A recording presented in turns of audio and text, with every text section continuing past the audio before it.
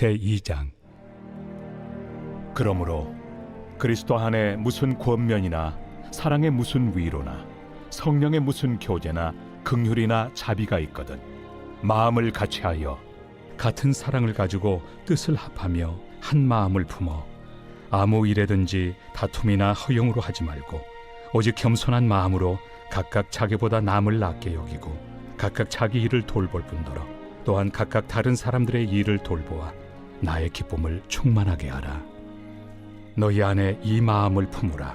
곧 그리스도 예수의 마음이니 그는 근본 하나님의 본체시나 하나님과 동등됨을 취할 것으로 여기지 아니하시고 오히려 자기를 비워 종의 형체를 가지사 사람들과 같이 되셨고 사람의 모양으로 나타나사 자기를 낮추시고 죽기까지 복종하셨으니 곧 십자가에 죽으심이라. 이러므로 하나님이 그를 지극히 높여 모든 이름 위에 뛰어난 이름을 주사 하늘에 있는 자들과 땅에 있는 자들과 땅 아래에 있는 자들로 모든 무릎을 예수의 이름에 꿇게 하시고 모든 입으로 예수 그리스도를 주라 시인하여 하나님 아버지께 영광을 돌리게 하셨느니라. 샬롬. 하나님의 크신 은혜가 우리 모든 삶 가운데 가득하기를 간절히 소망합니다. 우리 하나님을 만나는 묵상 함께 시작하도록 하겠습니다. 우리가 신앙생활을 하면서 교회 공동체 안에 문제가 일어날 때가 있어요. 서로 시기하고 질투하기도 합니다.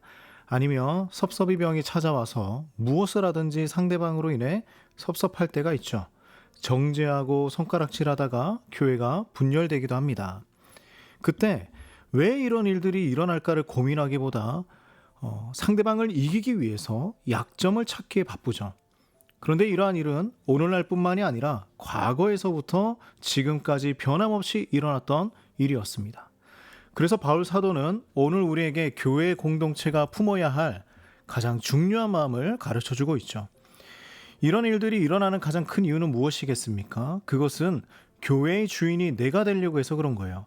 교회의 머리는 예수 그리스도이신데 내가 교회의 머리가 되기 위해서 나의 잣대를 가지고 나의 기준을 가지고 교회를 바라보기 때문입니다. 그래서 오늘 말씀을 보면 마음을 합하여 한 마음을 품어야 한다라고 말씀하고 있죠. 교회가 어떻게 한 마음을 품고 온전한 교회로 세워나갈 수 있을까요? 자, 1절 말씀을 보겠습니다.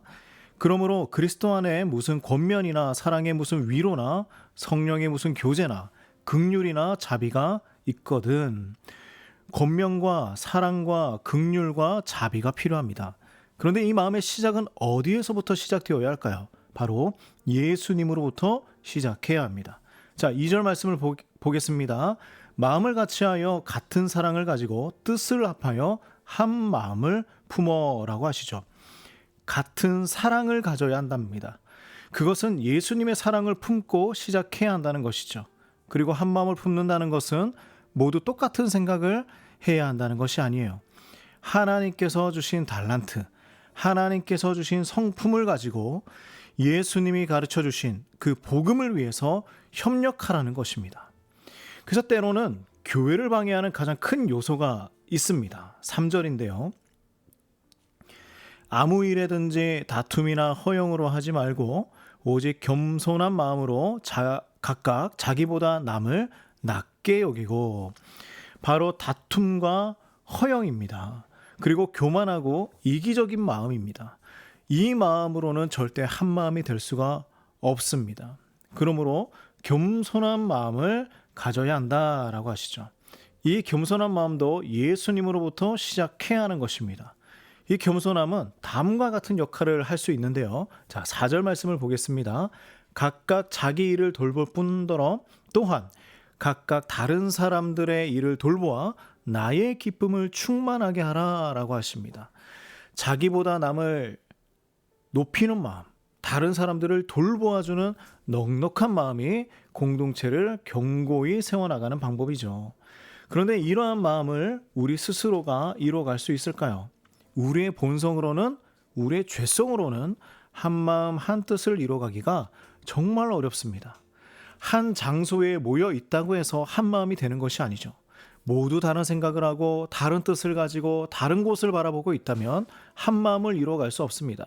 그래서 우리에게는 다음 말씀이 필요한 거예요. 자, 5절 말씀 보겠습니다. 너희 안에 이 마음을 품으라. 곧 그리스도 예수의 마음이니. 예수 그리스도의 마음을 품어야 합니다. 예수님은 하나님과 동등된 분이시지만 자신을 비워서 종의 모습으로 이 땅에 오셨죠. 신이 우리 인간의 몸으로 오셔서 우리와 함께 살아가신다. 이것만큼 놀라운 사랑은 없는 것입니다. 우리가 한 마음을 품고 한 몸을 이루는 것은 놀라운 어떤 프로그램이나 시스템으로 이뤄가는 것이 아니에요. 온 성도가 예수님의 십자가 붙들고 그 은혜 가운데 들어가야 가능한 일입니다. 우리에게 이런 은혜를 주신 예수님은 가장 낮은 자리로 가장 비천한 모습으로 이 땅에 오셨지만 하나님께서 지극히 높여주셔서 모든 이름 위에 뛰어난 이름을 주셨습니다. 그리고 모든 자가 예수님을 그리스도라 입으로 시인하고 하나님께 영광을 돌려드렸습니다. 왜 이렇게 예수님의 모습을 우리에게 보여주고 있는 것일까요? 바로 우리도 그 모습을 닮아가라는 말씀입니다. 예수 그리스도의 마음을 품는 것은 그 모습으로 살아가는 것이죠. 교회는 세상에 빛을 전해야 하는 공동체입니다. 그러나 그 빛을 내기도 전에 교회 안에 어둠으로 가득 차는 일을 우리는 조심해야 하는 것입니다. 우리의 본성으로는 너무나 부족하고 우리의 노력으로는 한계가 있습니다. 그러므로 예수님처럼 겸손한 마음과 온유한 마음을 가지고 있을 때 가능한 일이죠. 우리 모두 예수 그리스도의 마음을 품고 살아가길 간절히 소망합니다. 말씀을 기억하며 하나님께 기도하는 시간을 갖겠습니다.